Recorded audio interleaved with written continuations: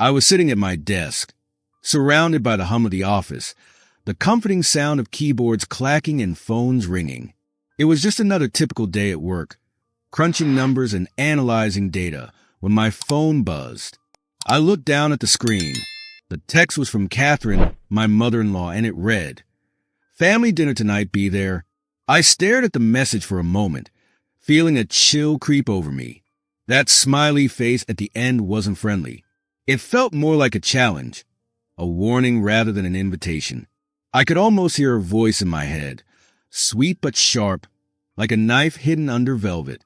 "My name is AA, and I work as a data analyst.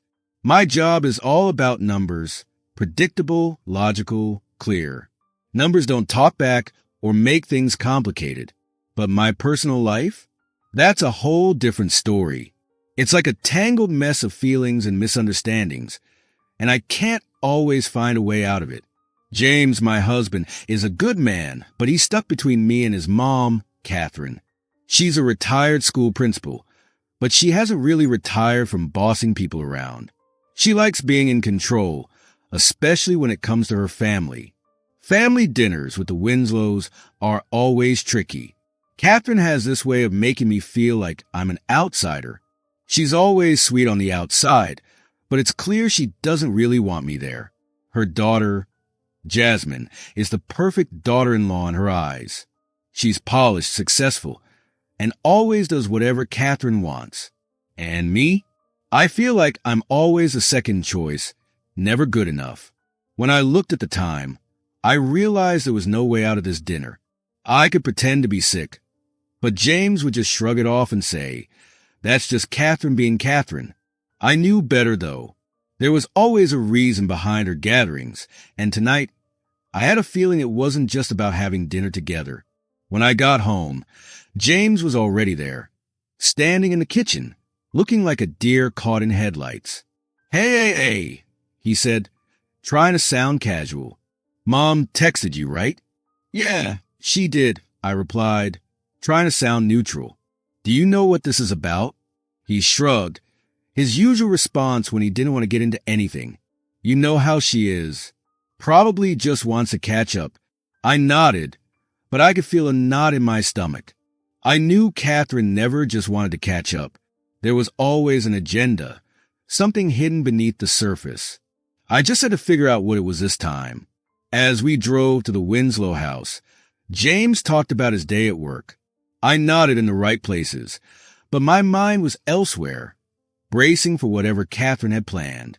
The Winslow house was huge, an old mansion with dark wooden floors and walls covered in family portraits. It always felt like I was walking into a museum, not a home. When we arrived, Catherine greeted us at the door with her usual sharp smile. "Hey, James, so glad you could make it," she said, ushering us inside like we were her guests, not family. The dinner started off calmly enough. Catherine and Jasmine exchanged pleasantries about what had been going on in their lives, but I could feel the tension building just under the surface, like a storm waiting to hit. And then, just as I thought I might make it through the evening without any trouble, Catherine struck. "So, have you and James thought any more about starting a family? It's about time, don't you think?" Her words hit me like a slap. I could feel James stiffen beside me, but he didn't say anything. As always, he stayed silent, caught in the middle. I forced a smile and said, "We're still talking about it, Catherine. You know how busy we are." Her smile widened, her eyes glinting with something cold. "Of course, dear, but you should really consider it. Family is everything, after all." That was it. The thing she always brought up, the thing that made me feel small and like I was falling short. The rest of the dinner passed in a blur. I wasn't really paying attention to the food in front of me, my mind too focused on keeping my composure. Inside, I was tired of being the outsider, of always feeling like I was the one who didn't belong. James's silence always felt like a betrayal, but I had learned to live with it, or at least pretend to. As we left the Winslow house, Catherine's words echoed in my mind like a challenge I couldn't ignore. I had let her control me for too long, and I was done. It was time for a change. I didn't know what I was going to do yet, but I knew one thing for sure. I wasn't going to let her win anymore. The next morning, I found myself staring at my reflection in the mirror, toothbrush in hand. I couldn't believe how complicated things had gotten. I was still stewing over Catherine's comments and James's silence, and it hurt. But I had to get through the day. Work was the only place where things made sense. I dove into my data, losing myself in the numbers and equations. They didn't ask anything of me, but during lunch, my phone buzzed again. It was a message from Catherine, this time praising Jasmine for winning a big case. We're so proud of our lawyer in the family. The message read, with an overabundance of exclamation points. I rolled my eyes, feeling that familiar sting of comparison. Jasmine was always the golden child, the one who could do no wrong, and Catherine never let me forget it. I put the phone down, trying to shake off the frustration building up inside me, but it lingered. When I got home, James was in the kitchen, chopping vegetables for dinner. I watched him for a moment, wondering how to bring it up. "James," I said finally, "can we talk about last night?" He paused, the knife hovering in the air. "Sure. What's up?" I leaned against the counter, crossing my arms. "Why didn't you say anything when Catherine started it on me?" He sighed, setting the knife down. "You know how she is. It's easier just to let her talk." "Easier for you maybe," I said, my voice softer than I intended. "But not for me. I just wish you'd stand up for me sometimes." James looked down, guilt flashing across his face. "I know. It's just, she's my mom. You know how complicated it is." "Complicated," I repeated. That word again. It always seemed to be his way of avoiding any real responsibility. I nodded, not trusting myself to speak. I didn't want to argue, not now. The next weekend, we were back at the Winslow house for another dinner. This time, it was to celebrate Jasmine's latest legal triumph. Catherine was in her usual form, gushing about how amazing Jasmine was. Then, she turned to me. "How's work, AA? Anything exciting happening in data analysis?" I forced a smile, trying not to let her tone get under my skin. "Busy as always." Catherine's smile didn't fade. "Well, as long as you're happy," she said, dismissing me with a wave. I felt my resolve harden. This time, I wasn't going to let her get to me. Before I could say anything more, James's brother, Miles, spoke up. "Hey, AA, have you heard about the new development project downtown?" "Yeah," I said, relieved to talk about something else. "Sounds like a big deal." Miles leaned closer, lowering his voice. "It's a mess, honestly. My firm's been involved, but things aren't going well." I was surprised. Miles was usually the peacemaker, the one who stayed out of the drama. But there was something in his eyes, a hint of frustration, that mirrored my own. "Really? What's going on?" I asked, curious. He glanced around to make sure no one was listening. "Some financial setbacks. We're trying to keep it under wraps for now." I nodded, filing the information away in my mind. It wasn't much, but it felt important. Catherine's perfect family image was starting to crack, and I couldn't help but wonder how deep those cracks went. As the evening wore on, I watched the Winslow family dynamic unfold. Catherine was a director. Jasmine was a star. James was a reluctant understudy. And I was the outsider. But maybe that was about to change. I had a choice to make. Keep playing along and staying quiet, or finally stand up for myself and take control of my role in this family drama. The days passed in a blur of routine, but I couldn't shake the feeling that I was on the edge of something big, something that could change everything. The knowledge about Miles's financial struggles weighed on me. I wasn't sure what to do with it yet, but I knew it would play a role in what was coming. One evening, James came home looking tense. Hey, he said, tossing his keys on the counter. "I had a rough day, and Mom called." "Of course she did," I said, my voice flat. "What did she want?" James hesitated. "She wants another family dinner this weekend." I felt my heart sink. Did she say why? He shrugged. Just the usual. Wants everyone together. I nodded, trying not to let my frustration show. I guess we'll go. James reached for my hand. I know it's hard, but maybe this time will be different. I wanted to believe him, but I knew better. Catherine never did anything without a reason. The weekend arrived, and we were back at the Winslow house for yet another dinner. But this time, something felt off. The usual tension was replaced by a quiet unease. Catherine was still the same, but there was something in the air that I couldn't place. Dinner started, and as usual, Catherine began her monologue about Jasmine's latest accomplishments. But I wasn't going to let her control me this time. It was time to stop playing the victim. I was ready to stand up for myself. She dropped the bombshell. How's the new project going? I heard there were some problems. Her tone was casual, but I could feel the weight of her words. Miles froze, his fork halfway to his mouth. It's fine, Mom. Just a few problems, he replied, trying to sound casual, but I could tell he was uncomfortable. Catherine smiled, but it wasn't a warm smile. It was calculated, controlled.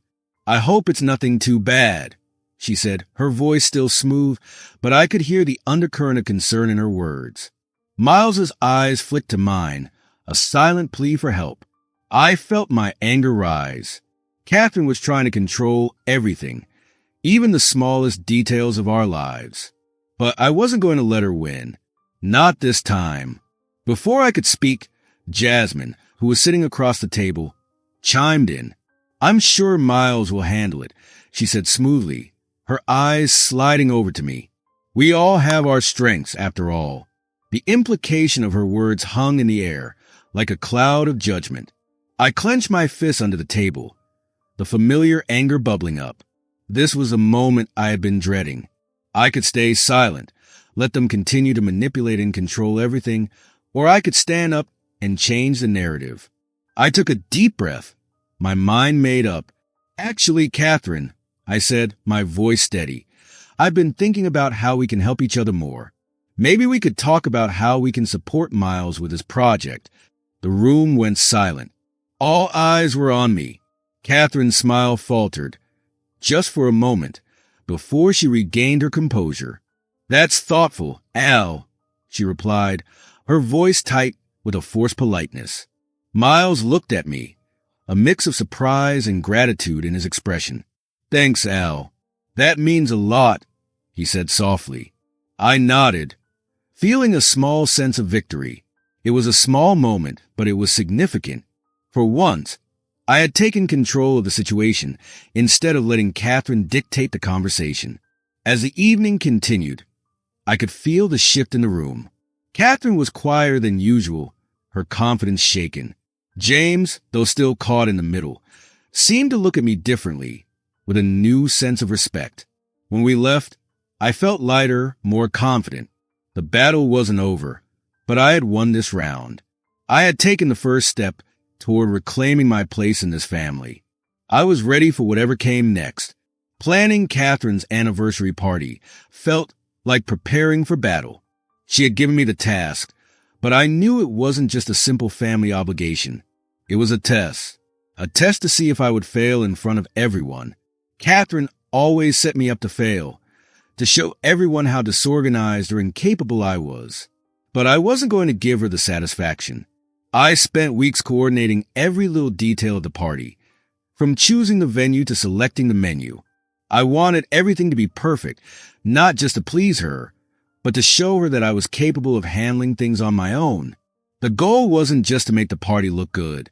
I wanted to subtly highlight Catherine's need for control, to make her feel uncomfortable without her realizing it until it was too late. I wanted her to see, in the smallest details, that I was in charge. The day of the party arrived, and the venue was buzzing with activity. I moved through the crowd, checking on the final preparations, making sure everything was in place. James was by my side, offering his quiet support. You've done an amazing job, he said, squeezing my hand. Thanks, I replied, scanning the room, hoping everything would go smoothly. As guests started arriving, I watched Catherine work the room, her smile as practiced as ever. Jasmine was there too, playing her part as the perfect daughter-in-law. Miles, though more reserved, gave me a nod of encouragement. The evening unfolded with the kind of polished elegance that Catherine would have approved of, but I knew she was watching closely. As dinner was served, I noticed her eyes narrowing, taking in every detail of the party. She was trying to find anything to criticize, but the best part was that she couldn't. I had made sure everything was flawless, but I had also made sure that there were subtle nods to her controlling nature hidden in the decorations. I had placed small quotes about leadership and control on the place cards, little touches that she wouldn't miss but would be hard to criticize. I knew she would see them, but I also knew that she wouldn't be able to call them out without looking petty. As the main course was cleared, Catherine stood up to make a toast. "Thank you all for coming," she began, her voice carrying across the room. "And thank you, Al, for organizing such a lovely event." I was surprised. Was this real praise? Was she actually acknowledging my hard work? But just as quickly, her tone shifted. "I do have to wonder if some of the choices were a bit ambitious," she said, her words laced with veiled criticism. I kept my smile in place, refusing to let her see that she had gotten to me. As the night wore on, I mingled with the guests, receiving compliments on the event. But beneath the surface, I was tense, waiting for the other shoe to drop. And it did. Jasmine came over to me, her voice smooth as silk. "Al, can we talk?" she asked. I nodded, following her to a quieter corner of the room. "You've done a great job tonight," she said, leaning in as if to comfort me. "But you know how Mom is. She likes things a certain way." I nodded, sensing that there was more. "I just wanted to do something special," I said, trying to sound calm. Jasmine smiled, but there was a sharpness to it. "And you did, but maybe next time you should run things by her first." "Just a thought," she said, her voice laced with condescension. I forced a laugh, though inside I was seething. "Thanks for the advice, Jasmine." As she walked away, I felt the weight of her words. It was a reminder that no matter how hard I tried, Catherine and Jasmine would always find a way to undermine me. But then, something unexpected happened. Miles came over to me. His expression was serious. "Al, can we talk?" he asked, his voice low. "Of course," I replied, curious. He led me outside, away from the noise of the party. "I just wanted to say thank you for standing up for me at the last dinner," he said, his voice sincere. "It really meant a lot." I nodded, touched by his words. "You're welcome, Miles. We're family." He smiled, a real smile this time. "Yeah, we are. And if you ever need anything, I'm here." His words were a balm to my frayed nerves. It was a reminder that not everyone in this family was against me. As the party wound down, I felt a mix of relief and resolve. Catherine's subtle jabs had stung, but they hadn't broken me. And with Miles' support, I felt more empowered than ever. But I knew this was just the beginning. Catherine wouldn't back down easily, and Jasmine would continue to play her games. I needed to be ready for whatever came next. I couldn't let my guard down. A few days after the party, James came to talk to me. "Al, we need to talk," he said, his voice serious. "What's going on?" I asked, bracing myself. He sat down beside me, his expression tense. "Mom called. She wants us to come over this weekend. She says there's something important to discuss." I felt a familiar sense of dread in the pit of my stomach. "Did she say what it was about?" I asked, trying to stay calm. James shook his head. "No, but she sounded different. I think it's serious." I nodded, trying to stay composed. "Okay, we'll go." The weekend arrived too quickly. As we pulled up to Catherine's house, I felt a knot tighten in my stomach. The atmosphere was different, tense. Catherine was waiting for us in the living room, her expression unreadable. Jasmine and Miles were already there, both looking uncharacteristically subdued. "Thank you all for coming," Catherine began, her voice lacking its usual sharp edge. "There's something we need to discuss as a family." I exchanged a glance with James, both of us puzzled. Catherine took a deep breath, her usual composure slipping. "It's about the family finances," she said, her voice soft. "There have been complications." Jasmine's eyes widened and her calm demeanor cracked for a second. "Complications? What do you mean?" she asked. Catherine hesitated, her vulnerability showing. "Miles's firm is struggling more than we realize, and it's affecting the family's investments," she explained. I looked at Miles, who seemed like he wanted to disappear. I remembered the conversation we had earlier, and now it all made sense. James spoke up, his voice tight with frustration. "Why didn't you tell us sooner, Mom?" Catherine's gaze flicked to him. "I didn't want to worry you all," she said, her voice tinged with regret. The room fell silent as we processed the gravity of the situation. I felt a mix of sympathy for Miles, frustration with Catherine, and a growing sense that this was an opportunity for change. Later that evening, as James and I drove home, the weight of the conversation hung heavily between us. "What are we going to do?" James asked quietly. I thought for a moment, then answered, "I don't know yet, but we'll figure it out." The next few days were filled with meetings, phone calls, and decisions. I found myself taking charge more than I expected, offering suggestions, helping where I could. It was exhausting, but I felt a sense of pride in knowing that I was doing something to change the direction of this family, even if it was just a small step. One evening, I was going through some papers when I found something strange in the family's money records. It was a small mistake, but it could be important. I felt my heart race and called Miles. "I think I found something that can help," I told him. He sounded relieved. "Really? What is it?" he asked.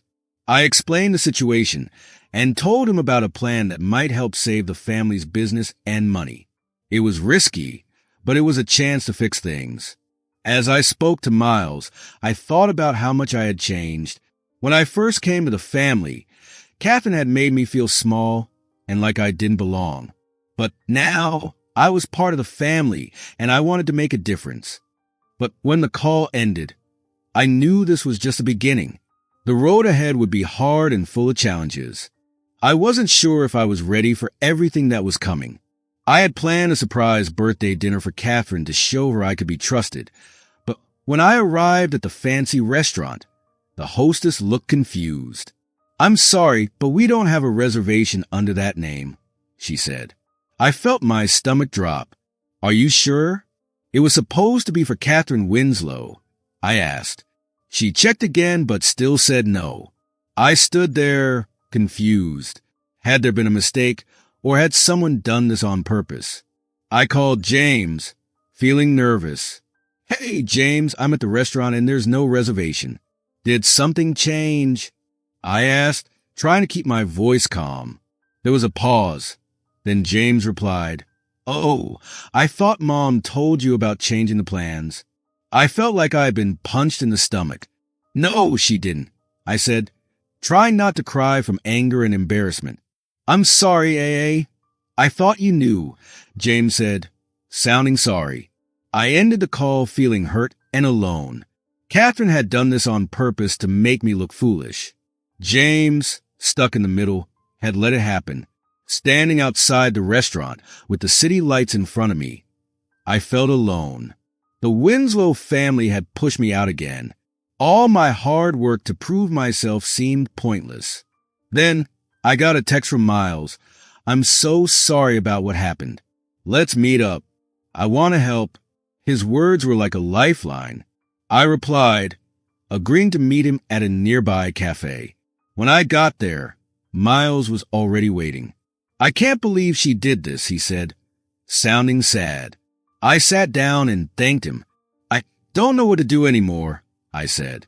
Miles listened carefully, then said, "You've done so much for this family. It's time they see it."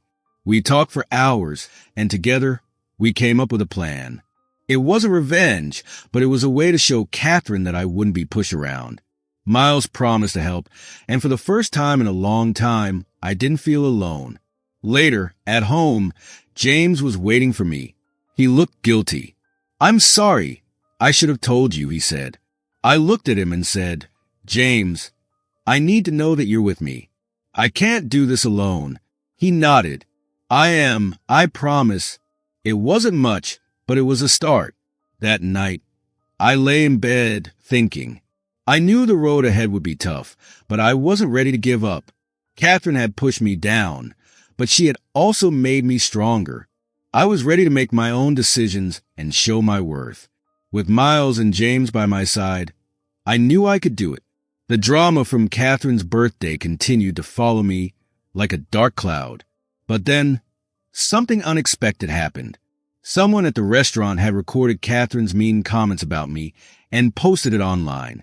Soon, everyone was talking about her nasty behavior. My phone was flooded with messages from people who had seen the video. But in the middle of the chaos, I got a call from the restaurant owner, Jacob. "I saw the video," he said. "We're hosting a community event next week, and I'd like to give you a chance to tell your side of the story. I think people want to hear from you." I was surprised, but this was a big chance to finally speak the truth. The day of the event arrived, and I was feeling both nervous and determined. James came with me to offer support, and so did Miles. "You've got this," Miles said. His confidence made me feel a little braver. As I walked onto the stage, I saw the room was full of people. I spotted Catherine sitting near the front, looking serious. I took a deep breath and began speaking. "Thank you all for being here," I said, trying to sound calm even though I was nervous. "I know many of you have seen the video, and I want to talk about what happened." I spoke from my heart, sharing what I went through with the Winslow family, the good times, the hard times, and the lessons I learned. I didn't try to make Catherine look bad, but I told my story, how I had grown stronger by standing up for myself. As I spoke, I could feel the room change, like people were really listening to me. I felt good, like they understood me. When I finished, the whole room clapped and cheered, and I felt proud. I looked at Catherine, who was sitting quietly. She didn't clap, but she didn't look angry either. This moment felt like the end of something big, and I felt at peace. Just when I was about to leave, Catherine stood up. She looked at me and said, "Sienna, may I say something?" The room got very quiet, and everyone stared at us. I nodded because I didn't know what she was going to say. Catherine walked toward me and said, "I've spent a long time trying to be in control, trying to protect things I thought were important. But in doing that, I forgot what really matters: family, understanding, and respect." She looked at me with kindness, and I felt a small hope that maybe things could change. Then she said, "I'm sorry, Sienna. I was unfair to you, and I know now that I need to change." Her apology surprised me, and I felt a little hopeful. I nodded, showing I heard her, and I felt like this could be the start of something better for both of us. After the event ended, I felt good, like I had reached a new place in my life. James came to me, looking proud and relieved. "You were amazing," he said, putting his arm around me. "Thank you," I replied. "I couldn't have done it without you and Miles." The weeks after the event felt different, like a new chapter for me and for the Winslow family. Catherine's apology and the video had made the family think about how they treat each other. For the first time, it seemed like Catherine was ready to change. One day, I was at work, packing up, when my phone rang. It was Catherine. Normally, I would have felt scared, but now I was just curious. She asked if we could meet for coffee. I was surprised but agreed. The next day, I went to the cafe and saw her sitting there, looking nervous. She smiled at me and said, "Thank you for coming." We talked about light things at first, but then Catherine said, "I've been thinking a lot about everything. I realize how much I hurt you and how my need for control made you feel distant." She looked at me with honest eyes and said, "I'm really sorry." Her apology felt real, and I said, "Thank you, Catherine. That means a lot." We talked for a while about what had happened and what might come next. It felt like a fresh start, a chance to rebuild our RC relationship.